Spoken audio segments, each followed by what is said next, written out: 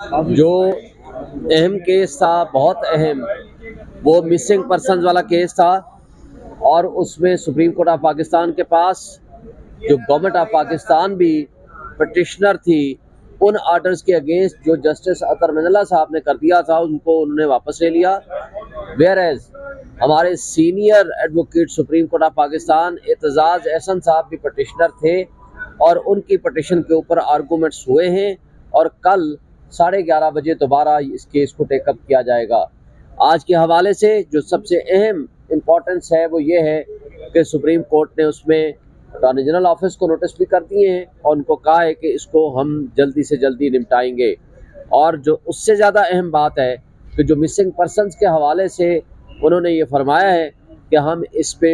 बेहतरीन किस्म का इंशाल्लाह फ़ैसला देंगे। हम तवक्को रखते हैं कि सुप्रीम कोर्ट ऑफ पाकिस्तान से, जो कि custodian of the fundamental rights of the citizens of Pakistan है, तमाम शहरियों के हुकूक के तहफ़्फ़ुज़ की उन्होंने कसम उठाई हुई है और हम ये तवक्को रखते हैं कि लोगों के हुकूक का तहफ़्फ़ुज़ किया जाएगा। मिसिंग पर्सनस एक बहुत अहम, एक हमारे मुल्क की बदनुमा दाग है जिसको हम समझते हैं कि उसको रिमूव होना चाहिए। अगर किसी के ख़िलाफ़ कोई जुर्म है या किसी के ख़िलाफ़ कोई शिकायत है तो उसको कानून के मुताबिक अदालत में पेश किया जाए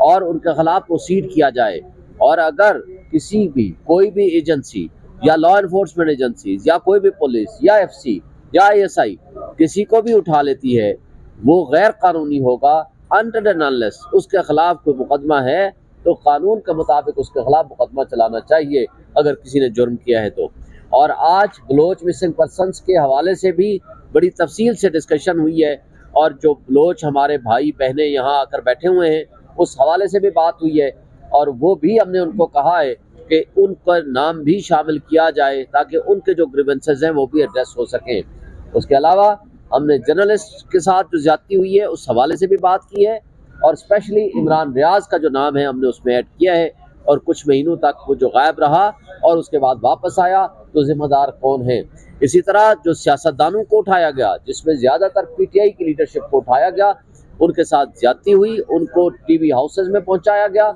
और उनसे पार्टी ज़बरदस्ती छुड़वाई गई, तो वो बीइंग शहरी और सिटीजन ऑफ पाकिस्तान के उनके भी हुकूक हैं, उसके बारे में भी एक इंडिपेंडेंट कमीशन बनाया जाए ताकि वो इसको देखे, गौर खौज करे और वो जिनके साथ जो इन्वॉल्वमेंट जो इसमें इन्वॉल्व हैं उनका तयन करें और उनके ख़िलाफ़ कानून के मुताबिक प्रोसीडिंग की जाए। और उसके साथ हमने जो ब्यूरोक्रेट्स मिसिंग थे, जिसमें आज़म खान जिसको 34 दिन अगवा करने के बाद इमरान खान के ख़िलाफ़ बादामाफ गवाह बनाया गया, इसी तरह मोहम्मद भट्टी को उठाया गया और कई लोग हैं, हमने उसका भी रेफरेंस दिया है। हमने कहा है कि आप और उसके अलावा जो इन्फोर्स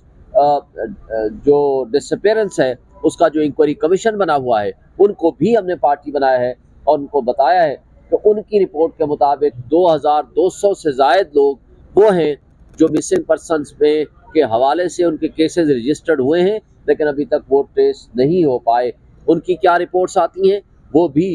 पूरी तफसील से बताएंगे। हम बजा तौर पर यह तवक्को रखते हैं कि सुप्रीम कोर्ट ऑफ पाकिस्तान इंशाअल्लाह इस अहम तरीन इशू पे बेहतरीन जजमेंट भी देगी, जो कि ऑलरेडी 2012 में भी ये जजमेंट आ चुकी है सुप्रीम कोर्ट ऑफ पाकिस्तान की। But in continuity of that जो आज लोग मिसिंग पर्सन हैं उनका बदावा होना चाहिए, उनको बाहर वापस आना चाहिए, उनको अपनी फैमिलीज को मिलना चाहिए। हाँ, अगर किसी के खिलाफ कोई मुकदमा है तो वह कानून के मुताबिक उसकी प्रोसीडिंग होनी चाहिए। ये बताइएगा सर कि आज ये है कि चीफ जस्टिस साहब तो खुद वहाँ पर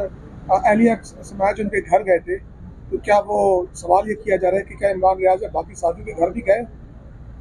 बहरहाल मुझे तो ये नहीं पता कि चीफ जस्टिस साहब पाकिस्तान अतिउल्लाह जान के घर गए थे और अगर बाकी इमरान रियाज घर गए या नहीं गए, मेरे नॉलेज में ये चीज़ें नहीं है। लेकिन मैं एक बात की मैं तवक्को रखता हूँ कि ये अक्रॉस बोर्ड जिन जिन लोगों के साथ ज्यादतियाँ हुई हैं, हम ये कहते हैं कि कमीशन इन सबको किसने उठाया, क्यों उठाया, कौन रिस्पॉन्सिबल है और कानून के मुताबिक उनके खिलाफ जो भी एक एविडेंस आती है प्रोसीड किया जाए। लेकिन अक्रॉस बोर्ड होना चाहिए। हमने लाइव इश्यूज डिस्कस किए हैं जो पिछले 2023 के थे। बाकी जो किसी भी बंदे को, किसी भी शख्स को अगर उठाया गया, उसको बाद में अदालत के हुक्म पर रिहा हुई या वो अज खुद वापस आ गए, तो उसके बारे में भी एविडेंस क्रिएट होनी चाहिए, एविडेंस लानी चाहिए। वो कमीशन उस पर पूरी अपनी तहकीकात करे, उसमें हमें किसी किस्म की कोई पाबंदी सर, नहीं है। इमरान रियाज ने अरशद शरीफ साहब का जनाब की तरफ से जिक्र हुआ ना सुप्रीम कोर्ट ने इसका जिक्र किया, हालांकि अरशद शरीफ का केस चूंकि ऑलरेडी, इसलिए हमने जिक्र नहीं किया, ऑलरेडी उनका केस सुप्रीम कोर्ट में सो मोटो केस की सूरत में पेंडिंग है, तो लिहाजा उनका चूंकि उस केस में और वो मिसिंग पर्सन में नहीं है, उनकी शहादत हो चुकी है, अल्लाह ताला उनकी मग़फ़िरत करे, चूँकि उनका अलग से इंडिपेंडेंट केस है, तो लिहाजा हमने उसको इंडिपेंडेंटली रखा है, इसके साथ मिक्सअप नहीं किया। शुएब शाहीन साहब, ये बताइएगा कि जो मिलिट्री कोर्ट्स में जिन लोगों के भी ट्रायल हो रहे हैं, ये तमाम वो लोग हैं जो 9 मई वाले वाक़े में मुलव्वस थे। हैसियत पार्टी आपने तहकीकात की है कि आपके कुछ लोग थे भी या नहीं, ये बिल्कुल ही इनको नाहक उठाया गया? देखिए 9 मई के हवाले से तो मेरा ख्याल है कि अब ये अलग चैप्टर है, इसके साथ उसका ताल्लुक कोई नहीं है, लेकिन मैं आपकी बात का जवाब दे देता हूँ। देखिए, हम मिलिट्री कोर्ट्स के ट्रायल के ख़िलाफ़ हैं, हम सिविलियंस का ट्रायल सिविलियंस की अदालतों में होना चाहिए। वो जो criminal courts of law proceed कर रही हैं, अगर किसी के ख़िलाफ़ कोई एविडेंस है तो कानून के मुताबिक वहाँ पेश करें, अगर आप उनके ख़िलाफ़ एविडेंस नहीं है तो उनको बरी कर दिया जाए, और मेजॉरिटी के ख़िलाफ़ कोई एविडेंस नहीं है, अगर आप ज़ोर ज़बरदस्ती से कोई कन्फेशनल स्टेटमेंट दे के किसी को सज़ा देंगे तो गैर आइनी और गैर कानूनी होगा। चूँकि अब ये मैटर सब जुडिस है बिफोर द सुप्रीम कोर्ट, हम तवक्को रखते हैं कि सुप्रीम कोर्ट आइन और कानून की बालादस्ती के मुताबिक वो फैसला देगी जिसमें सिविलियंस का ट्रायल आइन के मुताबिक, उनके बुनियादी हुकूक के मुताबिक, उनका मिलिट्री कोर्ट्स में नहीं होगा।